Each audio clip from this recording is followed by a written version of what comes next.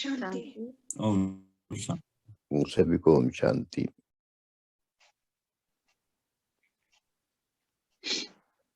कल हम बात कर रहे थे, मन मना भव स्थिति को समझ रहे थे, उसी को आगे कंटिन्यू करते हैं हम। कल हमने जाना था अपनी उच्च स्थिति में रहना, ऊंची स्टेज में रहना। बाबा के बच्चे जो उच्चतम स्टेज में रहते हैं, अर्थात अपनी हाई वाइब्रेशंस में रहना, पिता से कनेक्टेड रहना। हमने ये जाना था कि पिता अव्यक्त, मतलब उनको शरीर नहीं है, हम शरीरधारी हैं, तो हमें अपनी स्टेज को इतना उच्च रखना है, अव्यक्त स्थिति का अनुभव करना है हमेशा, ताकि हम उनसे कनेक्ट रह पाए, पिता को, उनकी टचिंग को, उनकी श्रीमत को अनुभव कर पाए।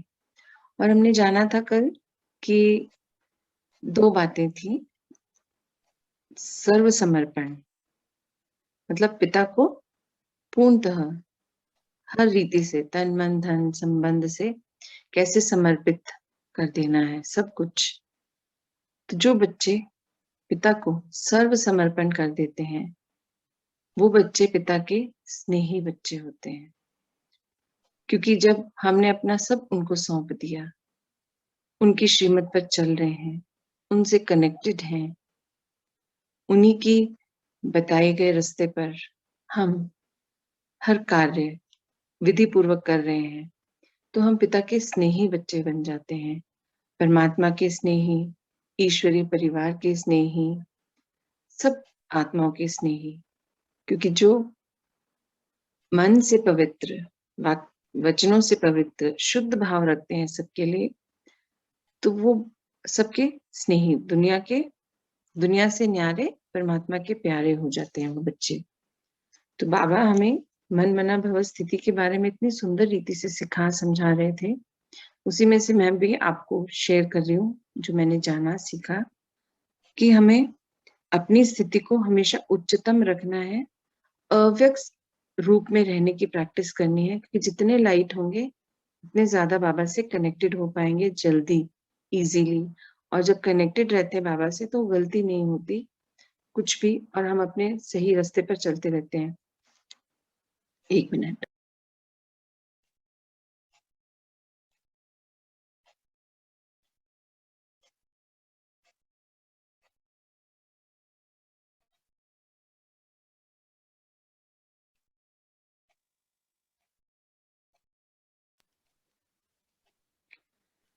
सॉरी।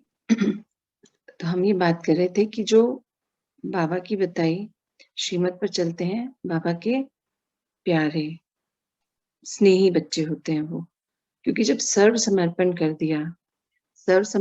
दिया तो बुद्धि की लाइन एकदम क्लियर हो गई, हम एकदम हल्के हो गए। क्लियर है तो हल्के हैं तो पिता से कनेक्टेड हैं। पिता से कनेक्टेड होना ही योगिक स्थिति भी कहलाती है।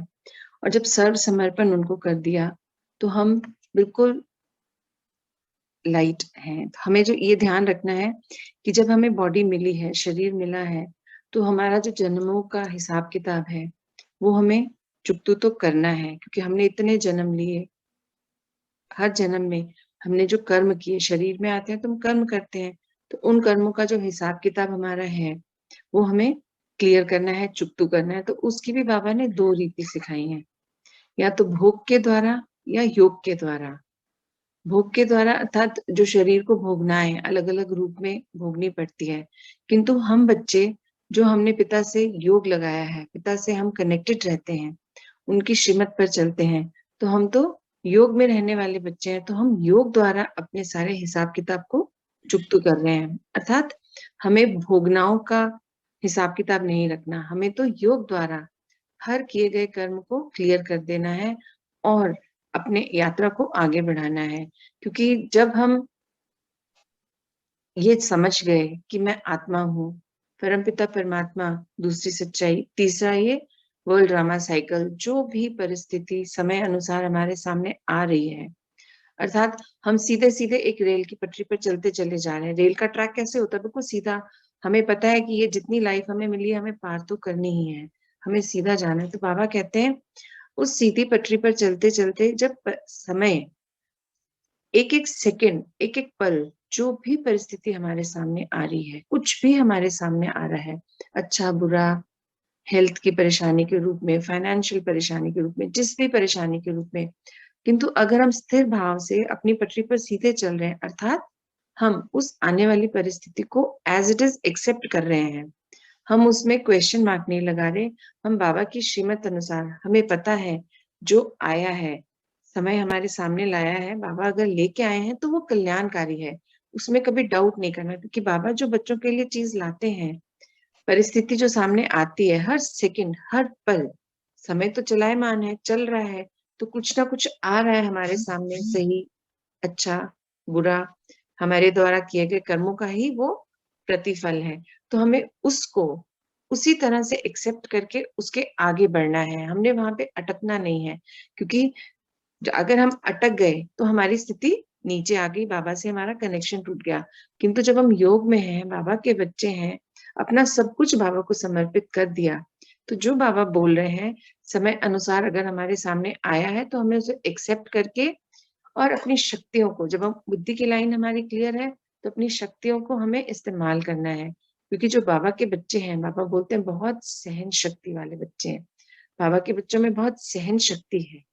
सहन शक्ति होने से हर परिस्थिति को बहुत इजीली एक्सेप्ट कर सकते हैं आप, क्योंकि क्वेश्चंस नहीं है, आपको पता है समय अनुसार मेरे सामने आई है, इसमें मेरा कोई कल्याण छुपा है। मे बी उस टाइम पे ना समझ आए, उस टाइम पे वो परिस्थिति ऐसी लगे कि ये मेरे साथ क्यों हुआ, पर ये सोच आनी नहीं चाहिए। आपको परिस्थिति को एज इट इज एक्सेप्ट करना है, अपनी सहन शक्ति को। जो बच्चे सहन शक्ति वाले होते हैं वो कभी भी उनके मुख पर मजबूरी नहीं दिखाई देती, वो मजबूर नहीं दिखाई देते, ना उनके शब्दों में कोई मजबूरी झलकती है, ना उनके शब्दों में कोई करुणा, मतलब वो किसी से दया मांगते, ऐसा नहीं।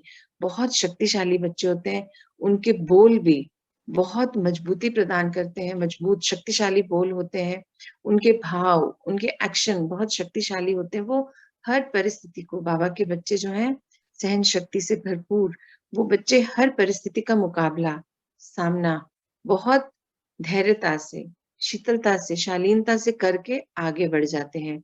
और उनके द्वारा अन्य आत्माओं को भी ये भासना मिलती है कि ये जरूर इस आत्मा का कोई तो है जो इसका ध्यान रख रहा है, कहीं से तो इन्हें कोई शक्ति मिल रही है, क्योंकि इतनी बड़ी परिस्थिति आई और ये इतनी स्थिरता से, इतनी शांति से उसको पार कर गए। तो वो एक, क्योंकि अभी जो बाहर का वातावरण है बहुत अशांति है, बहुत परेशानियां, हम दिनों दिन इतनी खबरें सुनते हैं, लोगों से नहीं भी सुनना चाहे तो कोई ना कोई बता देता है कि ऐसे हो गया, वैसे हो गया, मतलब चारों तरफ इतनी परेशानी है, अशांति है, दुख है, कि सभी आत्माओं की एनर्जी डिप्लीट होती चली जा रही है, क्योंकि उन लोग को अभी ज्ञान में नहीं है, वो पिता से कनेक्टेड नहीं है। किंतु जब ऐसी परिस्थिति हमारे सामने आती है और हम बाबा के बच्चे सहन शक्ति से भरपूर, जब हम उन परिस्थितियों का मुकाबला बहुत सुंदर रीति से करके पार हो जाते हैं, बिना अस्थिर हुए, बिना किसी हलचल के, बिना किसी अपने पुराने भाव को जताए। जैसे पहले होता था, परेशानी आती तो हम भी कितने अस्थिर हो जाते थे, बेचैन हो जाते थे, रोना, अपना दुख सबको व्यक्त करना, ऐसा चलता था। किंतु जब से ज्ञान में आए, बाबा से कनेक्ट हुए, तो चीजों को एक्सेप्टेंस हमारी बढ़ गई, एक्सेप्टेंस हमारी बढ़ गई कि जो समय हमारे सामने लाया है वो हमारे ही द्वारा किया गया कोई कर्म था जो अब हमारे सामने आया है। तो हमें उसको अपने हिसाब किताब को क्लियर करना है, ताकि मैं अभी क्लियर कर दूं, ताकि मैं अगले कल्प में उसको साथ ना लेके जाऊं, क्योंकि नहीं तो फिर वो बड़े रूप में मेरे सामने आएगा। तो मैं उस बात को यहीं पे बहुत स्थिरता में रह के मजबूती से उस बात को क्लियर कर पाती हूँ। तो बाबा के बच्चे जो हैं, जो बाबा से कनेक्टेड हैं, वो बच्चे हमेशा हमेशा इजी रहते हैं, उन्हें कभी भी किसी भी बात से हलचल नहीं आती, वो स्थिर भाव में रहते हैं। क्योंकि जब मैं आत्मा अपनी स्थिति में स्थित रहती हूँ तभी मैं बाबा से कनेक्टेड रहती हूँ, और उनसे कनेक्टेड रहने पर ही मैं शक्तियों का अनुभव कर पाती हूँ, क्योंकि सब शक्तियां मुझी में है, ये बाबा ने मुझे बता दिया, मैंने सर्व प्राप्तियां कर भी ली। पर जब मैं अपनी स्थिति से हटती हूँ, यानी कि बॉडी कॉन्शियसनेस में आती हूँ, तब फिर मेरा रिएक्शन भी उसके अनुसार होता है। मैं अपनी शक्तियों को भूल जाती हूँ, मैं याद नहीं रख पाती कौन सी शक्ति को, क्योंकि मैं सही परख नहीं पाती, सही निर्णय नहीं ले पाती और गलती पे गलती होती चली जाती है। परेशानी जो छोटी सी थी बड़ी बन जाती है। किंतु बाबा से कनेक्शन, बाबा के साथ योग मेरी स्थिति को मजबूत रखता है और उसके लिए बाबा के साथ योग में बैठने की जरूरत नहीं है। अब तो योग युक्त स्थिति में रहने का समय है। मन लगा भव बच्चे वो ही बच्चे हैं जो हर पल बाबा से कनेक्टेड रहते हैं, क्योंकि उन्होंने सर्व समर्पण बाबा को कर दिया, सब चीजों का त्याग कर दिया। दोनों ही बातें उन्होंने पार कर ली, त्याग भी कर दिया और समर्पण भी कर दिया। त्याग करा अपने विकारों का, बुराइयों का, अवगुणों का, पुराने गलत संस्कारों का, और समर्पण क्या किया? अपने सर्व संबंध, अपना सब कुछ, तन मन धन संबंध समय, सब बाबा को दे दिया। और हल्के होकर, क्योंकि जब सब कुछ रहा ही नहीं तो सिर्फ बाबा से उनका कनेक्शन है, सिर्फ बाबा को बहुत, जब हम हल्के हो जाते हैं तो बाबा की टचिंग, उनके श्रीमत को हम सुन पाते हैं और अपने कार्य को बहुत सुंदर रीति से पार कर पाते हैं। और जब ऐसा करते हैं तो बाबा के स्नेही बच्चे बन जाते हैं। और बाबा के स्नेही बच्चे जो हैं वो ही अपनी मन मना भव स्थिति है हमारी, कि जब हम बाबा से कनेक्टेड हैं, क्लियर हैं और हर स्थिति को मजबूती से पार कर रहे हैं उनकी श्रीमत पर। क्योंकि बाबा बोलते हैं ये मन ही है जो सबसे ज्यादा विचलित होता है परिस्थिति आने पर। तो मन को, क्योंकि हम लोग को सबको हैबिट है मोबाइल से सारे काम करने की आजकल, तो बाबा कहते हैं बहुत सुंदर रीति की, मन को भी यंत्र बना लो। यंत्र बना लो मतलब जैसे मोबाइल को जब हमें जरूरत होती है हम उसको ऑन करते हैं, अपना काम करते हैं, उसको बंद कर देते हैं। तो बाबा कहते हैं मन को भी यंत्र बना लो, जब परिस्थिति अनुसार उसको इस्तेमाल किया और फिर बंद कर दिया, ताकि व्यर्थ उसमें एंटर ही ना हो।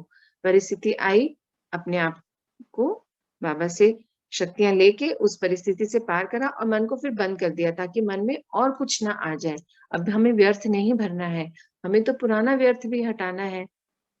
बाबा के साथ रहकर हमने अपने आप को शक्तिशाली कैसे बनाया? जब हमें ये ज्ञान मिला कि जो भी व्यर्थ हमारे अंदर पुराना इकट्ठा हुआ है उससे हमें खत्म कर देना है।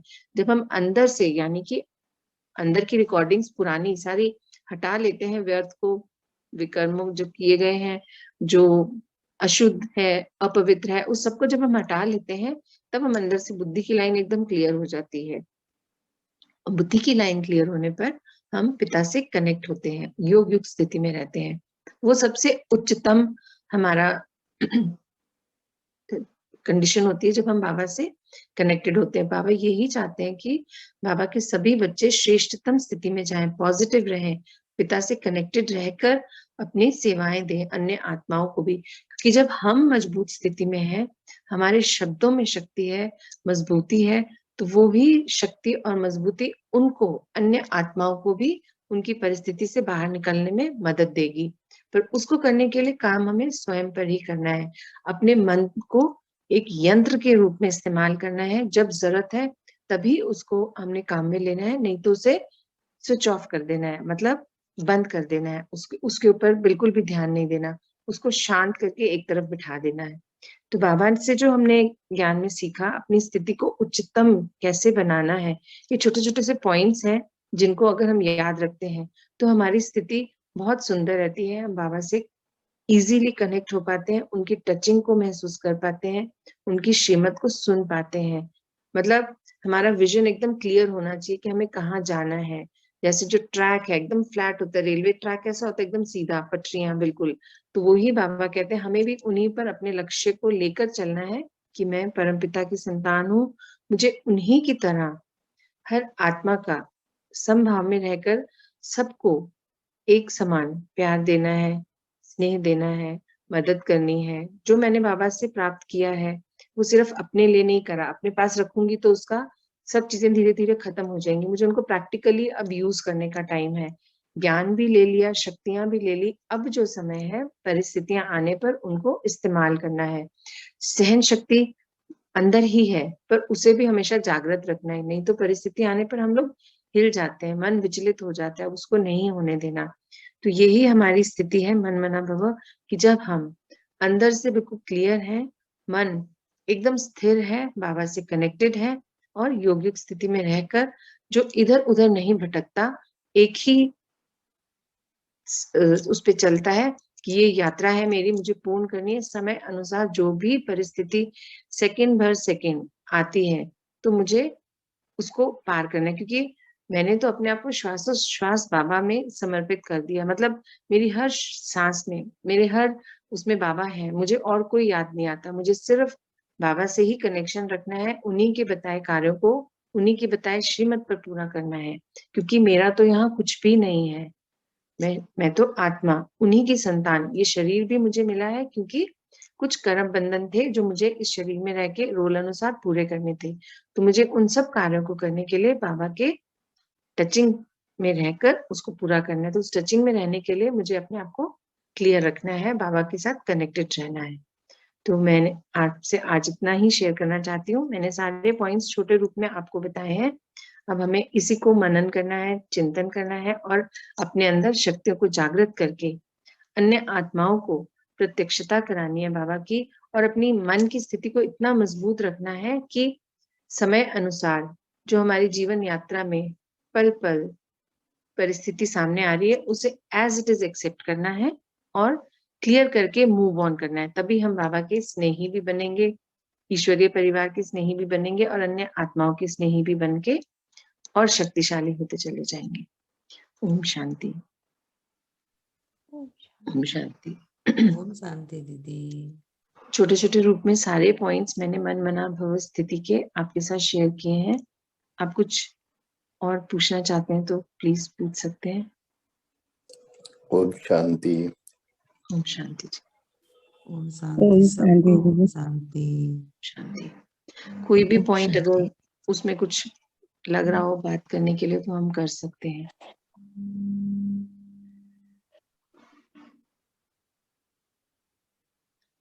क्लियर हो गए ना सभी एंडी, सभी अच्छे से?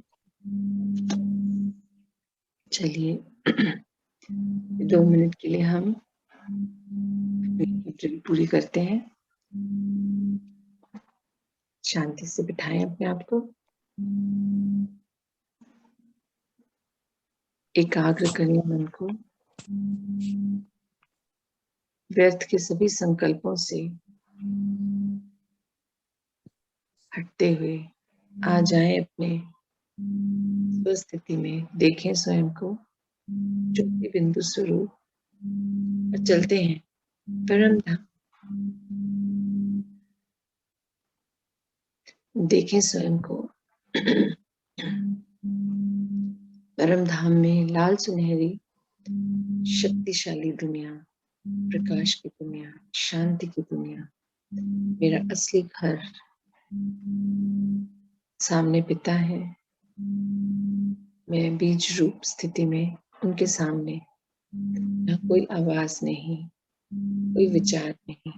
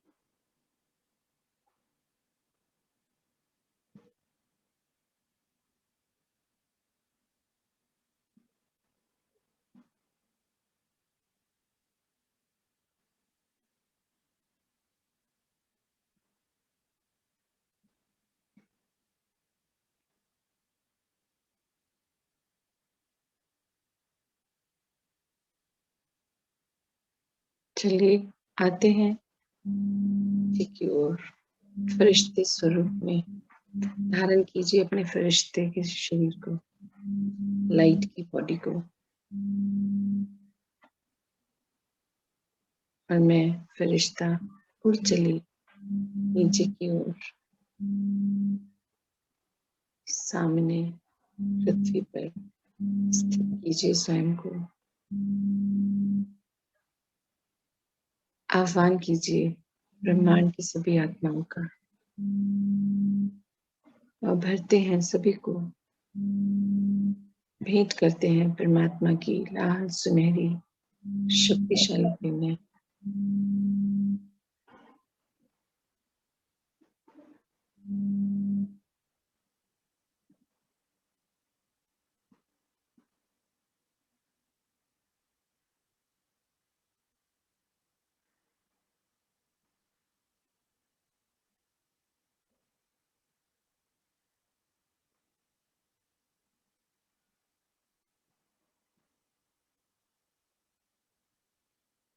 अब आह्वान करते हैं जल थल नभ में रहने वाले सभी जीव जंतु पशु पक्षियों की आत्माओं का, उन्हें भी परम धाम की लाल सुनहरी शक्तिशाली किरणों से भर दें।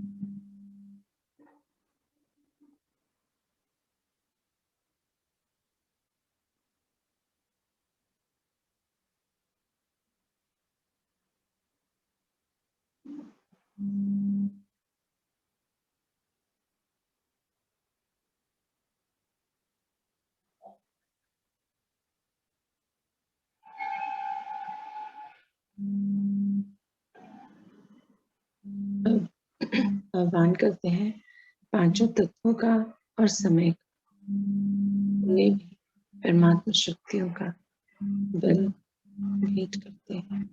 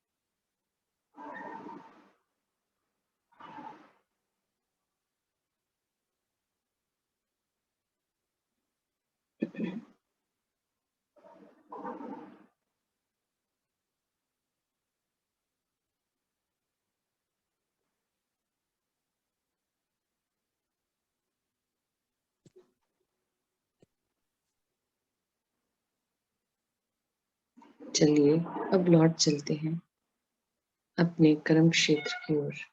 एंटर कीजिए पृथ्वी में और चलते हैं अपने घर की ओर। पहुंचे अपने घर के ऊपर, बना लीजिए एक सुरक्षा कवच इन शक्तिशाली किरणों का अपने घर के चारों ओर।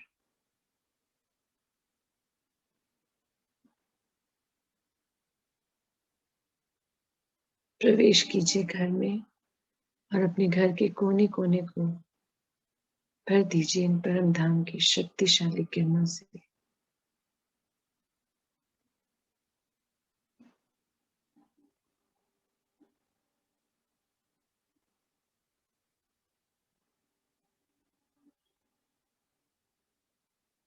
घर में रहने वाली सभी आत्माओं को भी भर दीजिए इन शक्तिशाली किरणों से।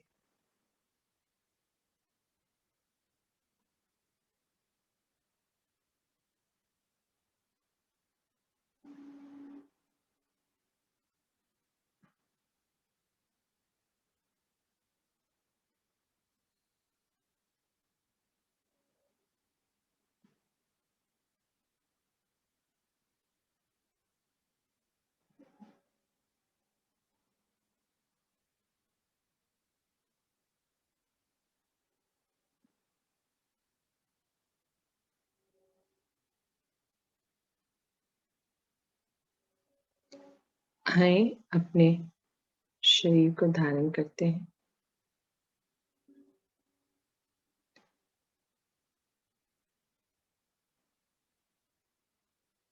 मैं आत्मा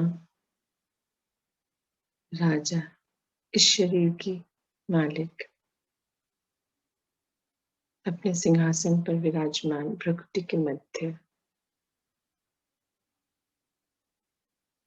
आज दिन भर मुझे जो भी आत्माएं मिलेंगी, मैं सभी को सुख शांति प्रदान करूंगी। ओम शांति, ओम शांति।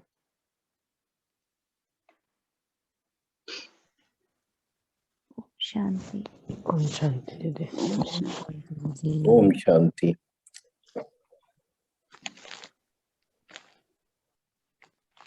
चलिए अभी एक सेशन स्टार्ट होने वाला है।